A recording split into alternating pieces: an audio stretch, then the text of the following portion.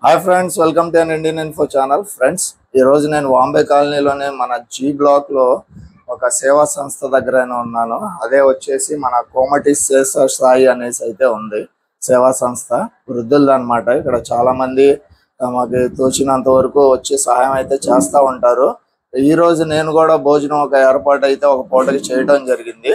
So మీరు if you are interested, మీకు కూడా ఇంట్రెస్ట్ ఉంటే కనుక మీరు కూడా వీళ్ళకి హెల్ప్ అయితే చేయగలరు. మన బాంబే కాలనీలోని జీ బ్లాక్ లో అయితే ఉంటుంది ఇది సేవా సంస్థ. సో చిన్న క్లిప్పింగ్ అయితే చూపిస్తున్నాను ఫ్రెండ్స్, చూడండి.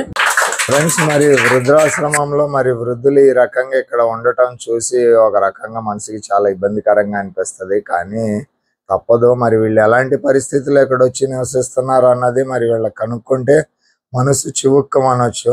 మరి తప్పదు కదా ఫ్రెండ్స్, ఏదో రకంగా మరి వాళ్ళ పిల్లలు వాళ్ళని చూసుకోకపోవడం కారణమా, లేకపోతే ఏమై ఉంటుందా అన్నది మరి మనకైతే తెలీదు.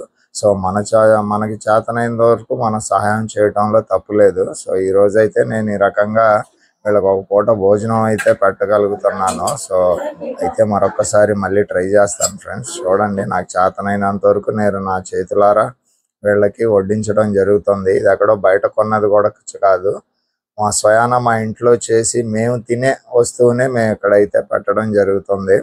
నాకు చాలా ఆనందంగా అనిపించింది వీళ్ళకి ఇలా పెట్టిన తర్వాత.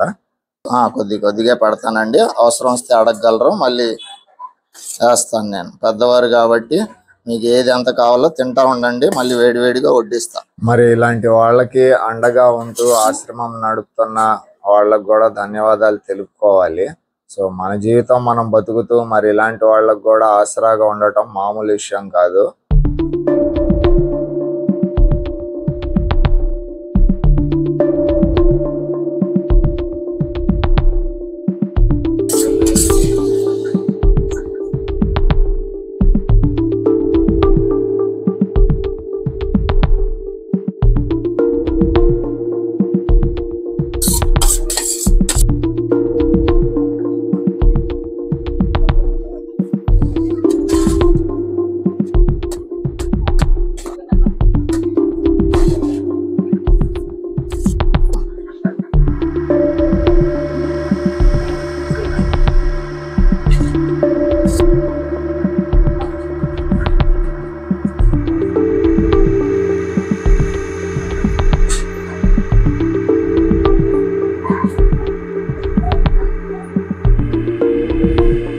అన్నదాత అన్నదాత అన్నదాత సుఖీ భవ సుఖీ భవ సుఖీ భవ సుఖీ భవ సుఖీ భవ సుఖీ భవ. అలాగే ఈ రోజు ఈ ప్రోగ్రాం ఏర్పాటు చేసిన భాషాబాయి గారికి, వారి కుటుంబ సభ్యులకి మీ తరపున, నా తరపున, మన సంస్థ తరపున గట్టిగా ధన్యవాదాలు తెలుపుతూ మళ్ళీ ఇలాంటి సేవా కార్యక్రమాలు ఎన్నో చేయాలని కోరుకుంటూ గట్టిగా ధన్యవాదాలు తెలుపుదాము.